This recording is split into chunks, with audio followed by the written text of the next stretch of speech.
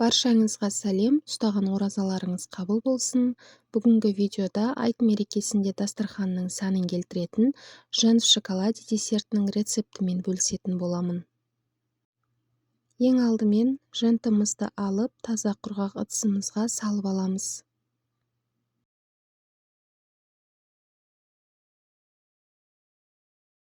Келесі кезекте үстінен 2-3 ас қасық шекерімізді саламыз. Шекерді көп салудың қажеті жоқ, себебі сгущенка қолданатын боламыз. Ал енді бөлме температурасында еріп тұрған сары майымызды салып, жақсылап бір араластырып аламыз.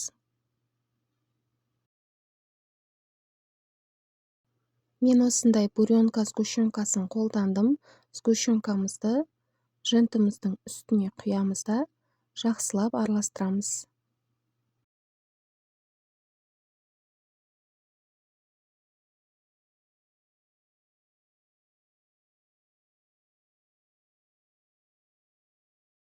Жентіміз толықтай араласты, ал енді формаға құйып қатыратын боламыз. Кез келген силиконды форманы пайдалана берсеңіздер болады. Женттің формасын әдемі ұстап тұру үшін формаға салған кезде нығыздап салыңыздар.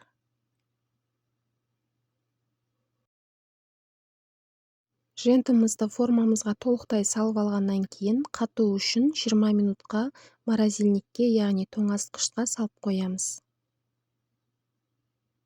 Ал оған дейін біз шоколадымызды ерітеміз.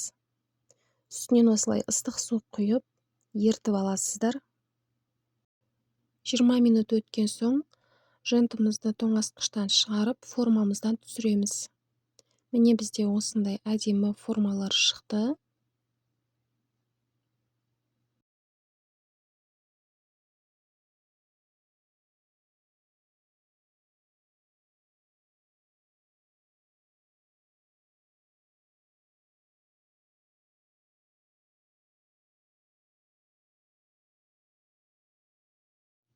Формамыздан барлық жентті түсіріп аламыз.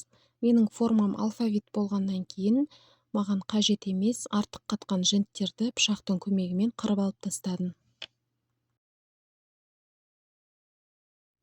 Ал енді еріген шоколадымызды ыдысымызға құйып дайындап аламыз. Өздеріңіздің қалауларыңыз бойынша бірнеше шоколад түрін пайдалансаңыздар да болады. Еріп тұрған шоколадымызға жентімізді батырып алатын боламыз. Бұл процесті жент мұздай кезде жасау керек, сол кезде бетіндегі шоколады тез қатады, оның үстіне формасын әдемі ұстап тұрады. Мен молочный шоколад пайдаландым. Өздеріңіздің фантазияларыңызға қарай бірнеше түсті шоколадтарды пайдалансаңыздар тіптен керемет болады. Менің женттерім мини пирожналар сияқты өте әдемі болып шықты. Өзіме қатты ұнады.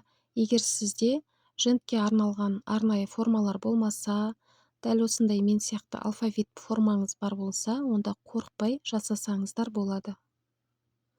Ал енді шоколадтарымыздың бетін фантазиямызға қарай сәндейтін боламыз.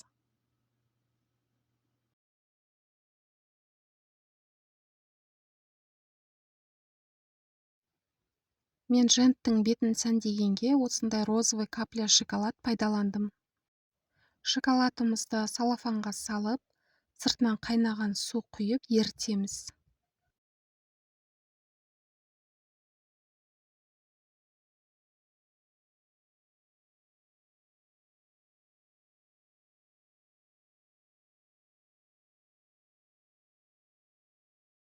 Шоколадымыз еріді.